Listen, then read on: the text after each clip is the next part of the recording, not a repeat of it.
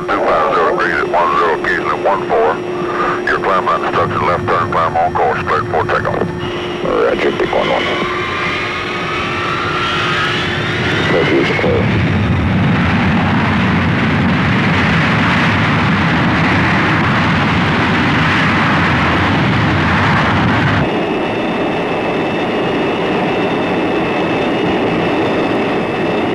Turning up on 16.5 seconds. Now, continuing.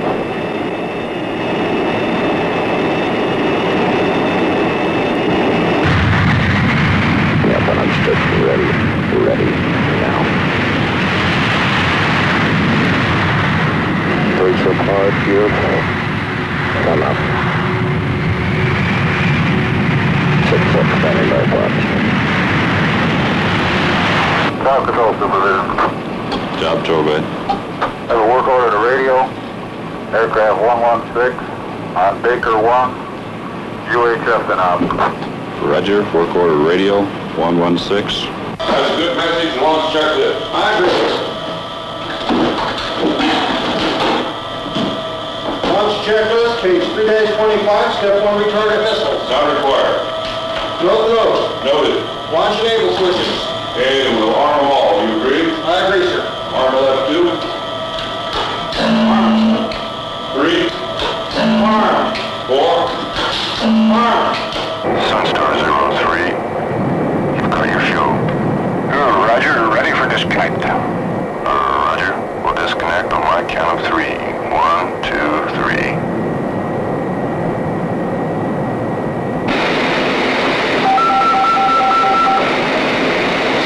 This is Dropkick with a maintenance test of all stations. There will not be an authentication with this maintenance test. All stations acknowledge at the count of 5. 1, 2, 3, 4, 5. This is Dropkick releasing a primary alerting system. From this location, some 4 stories underground,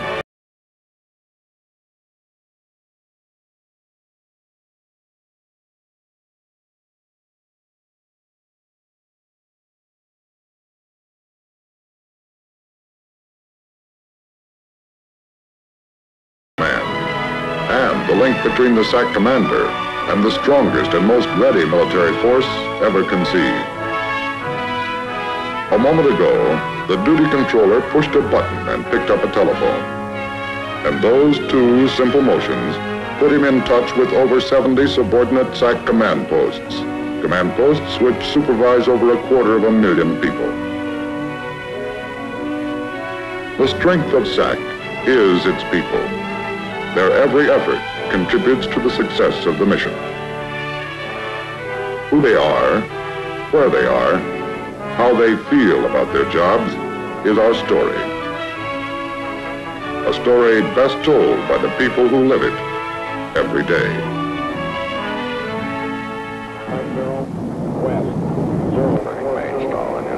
Pilot, this is Navigator. Coming up on EIP in 1 minute. That was the Navigator telling us that we're coming up on our initial point. This is the point from which the bomb run actually begins. The bomb plot is going to be looking for us at this particular point, and we must arrive over this point on the ground so that they can pick us up with their very narrow beam radar. After we pass over the IP, or initial point, the bomb run effectively begins, and everybody in the whole crew, the radar navigator and the EW and the pilot, co-pilot, gunner, everybody's concerned this time with getting the bomb on the target. And when I say put the bomb on the target, I don't mean that it's an actual bomb. It's a simulated bomb. The Air Force, or SAC, stations these trains at about 3-month intervals at places around the country. Most of the places are isolated so that the targets would be difficult to find. And SAC sets up all their equipment to score the bombers as they come across this bomb plot. The bomb plot knows where we are, and when we release the weapon, plot us down on the ground with a big plotting board. For my crew, and for most of the crews in our wing, while we fly approximately 3 sorties a month, that's 3 missions a month that we fly. And on these missions, I'd say we've had maybe 5 or 6 bomb runs. And this is not only my crew or the crews in this wing, but the crews in all the wings and squadrons in SAC.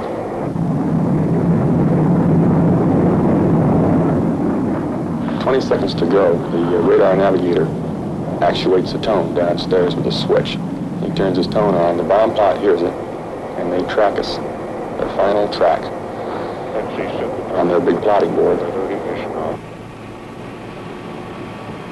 Now set him number 1, I get him. 25.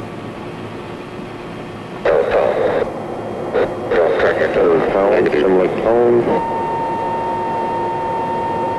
You're right in the ear right now. Gotcha. His eyes holding 5 left. It's okay, bomb door's coming open. Roger, 2, 1. Bombs away. Break number 0172, gunner. 172. That's the first run. We have several more. We won't know how well we did until bomb plot computes and calls back to us our coded scores. Like everything else of this nature, it requires a great deal of practice. Practice to keep ourselves at peak efficiency in order to carry out SAC's mission of deterrence. That's deterrence not only for a nuclear war, but to keep a limited war from escalating into a nuclear war.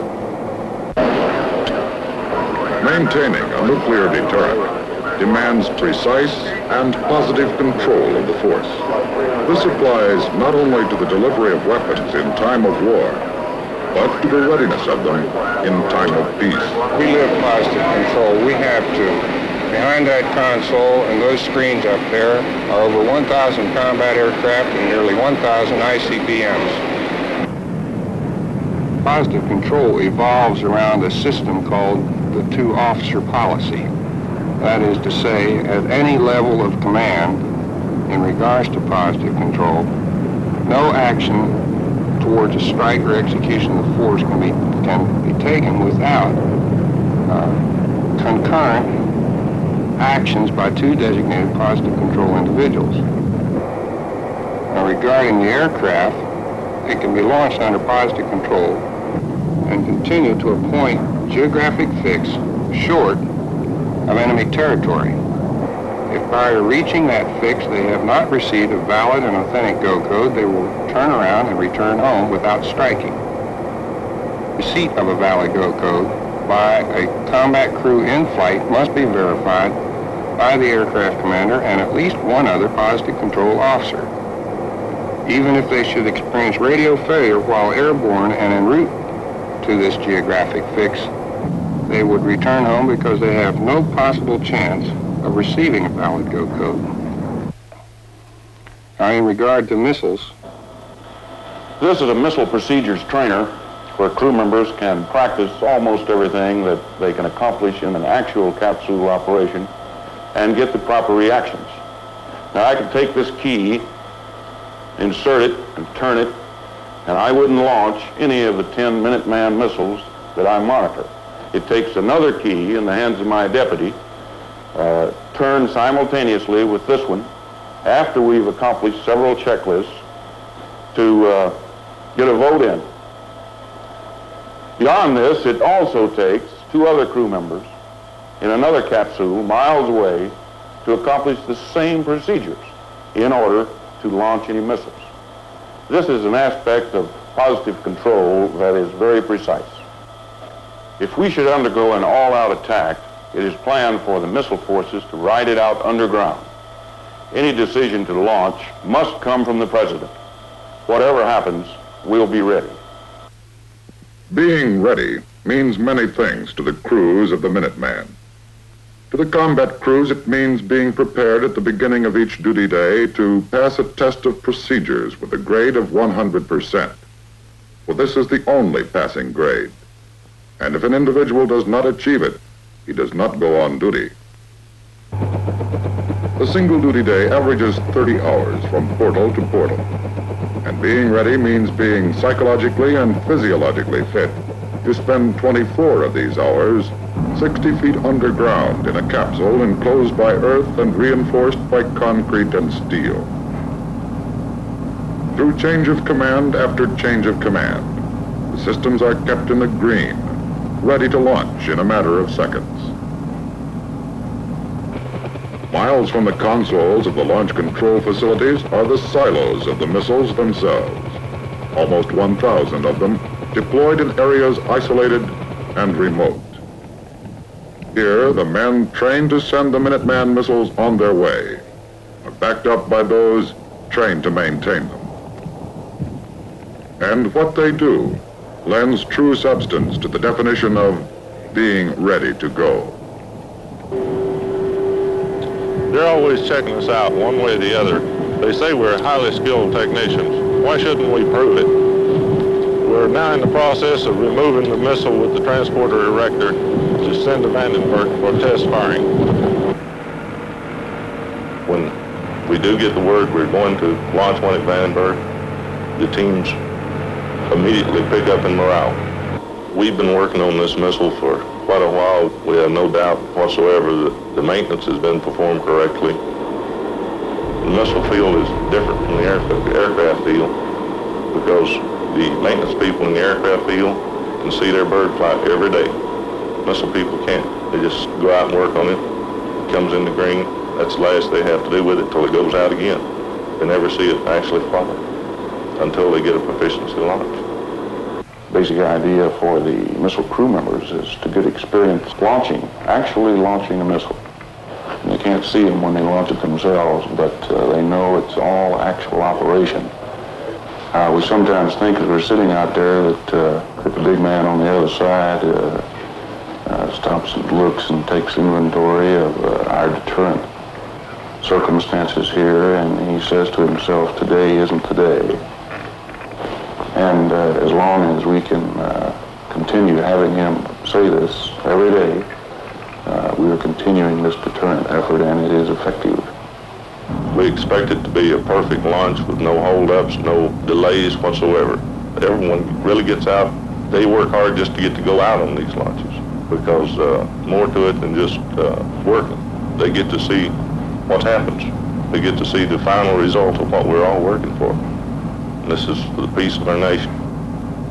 The order for the proficiency launch into the Air Force Western Test Range comes from the Commander-in-Chief of the Strategic Air Command through the senior controller on duty at the command post. And it comes without warning. Noted. Launch enable switches.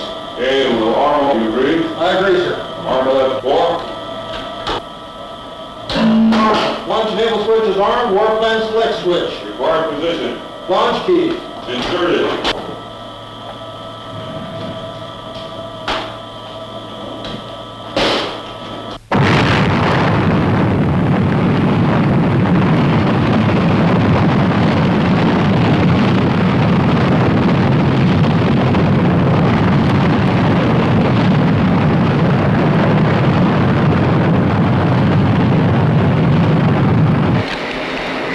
Vandenberg with the report on the missile.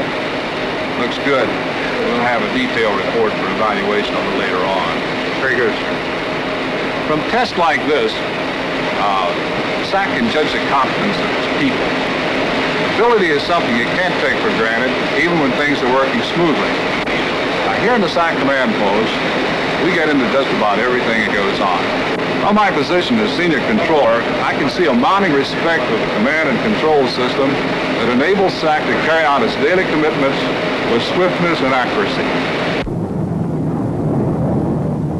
In the event that the SAC underground command post and alternate command posts were destroyed in an all-out conflict, an airborne command post would assume direction of the command's bomber missile force and execution of the command's emergency war orders under authority of the President. We have this airborne command post.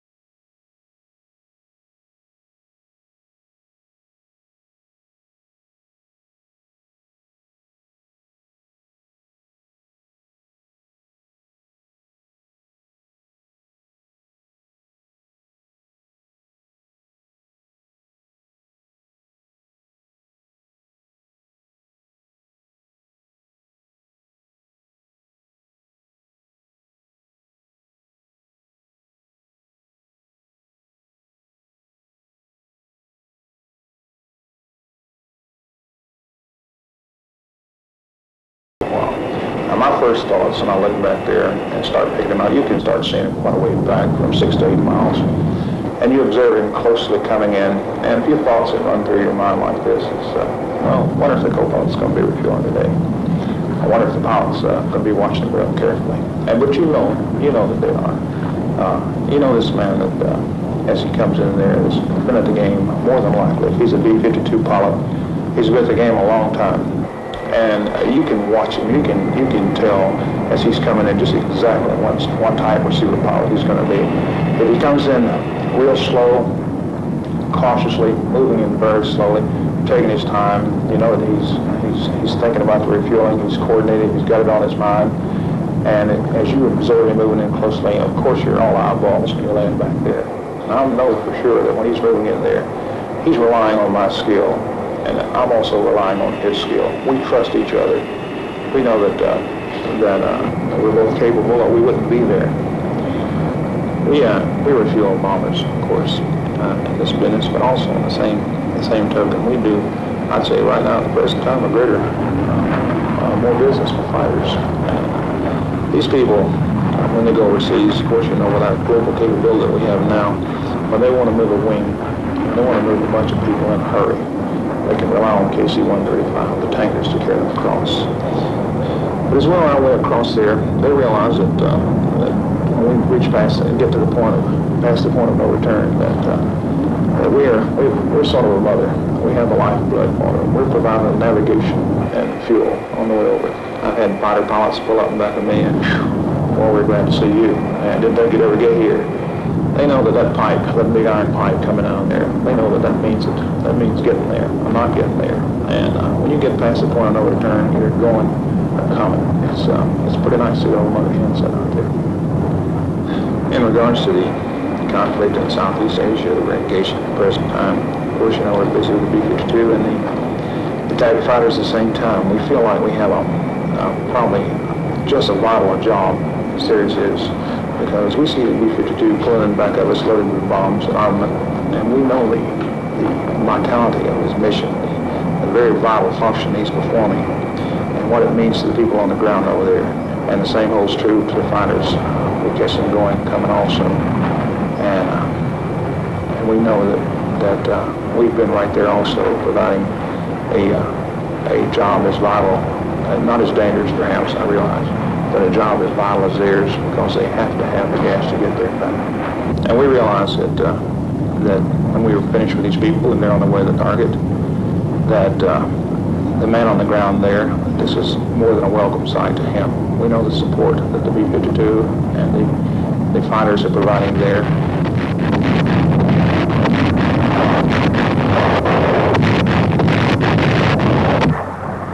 When the man on the ground looks up and sees the airplane, that the man in the airplane is also very aware of the support that he's giving to the man on the ground.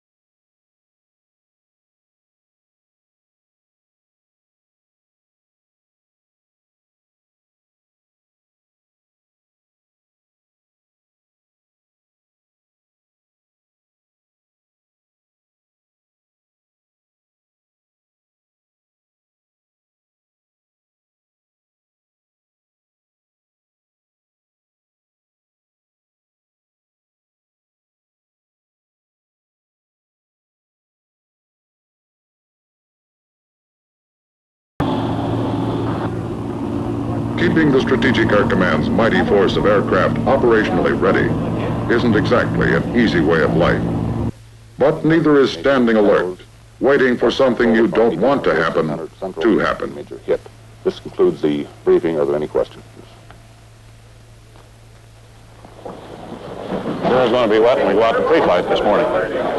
This has been our daily alert briefing. Each day of our 7-day alert tour starts with a similar briefing. It consists of weather information, operational planning factors, and maintenance. During our 7-day alert tour, we live here in this building. We eat, sleep, and flight plan here. We're not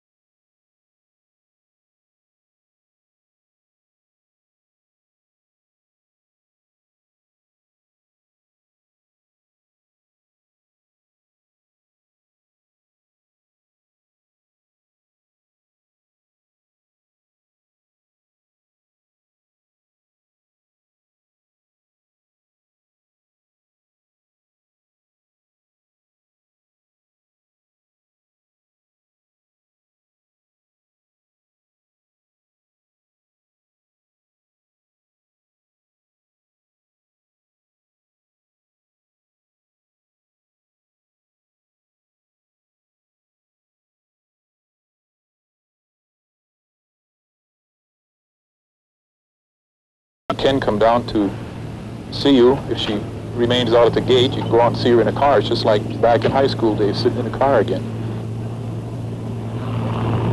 If you were to go to the BX, which our crew doesn't very often, I like to stay pretty close to the airplane. I don't like to get too far away. That involves a traffic problem. If you go to the BX plane, if, for example, a co-pilot wants to go to the BX to get some toothpaste or something, we all go along with him. We don't all necessarily buy toothpaste, however. We stand there while he does. Well, if the horn blows, this creates a rush to the airplane. And because of security policy, we have to go in a group. The time requirements are such that you can't have one striker. You have to get there within a very short period of time. And the horn, to me, just scares me to death every time it blows. In fact, when they have the daily test, I jump. Even if I'm looking at my watch and knowing it's going to blow in the next 5 seconds, I jump. And in fact, at home, if I hear something that sounds like a horn, I usually jump. And I turn pale, I'm sure. And I run to the thing like crazy.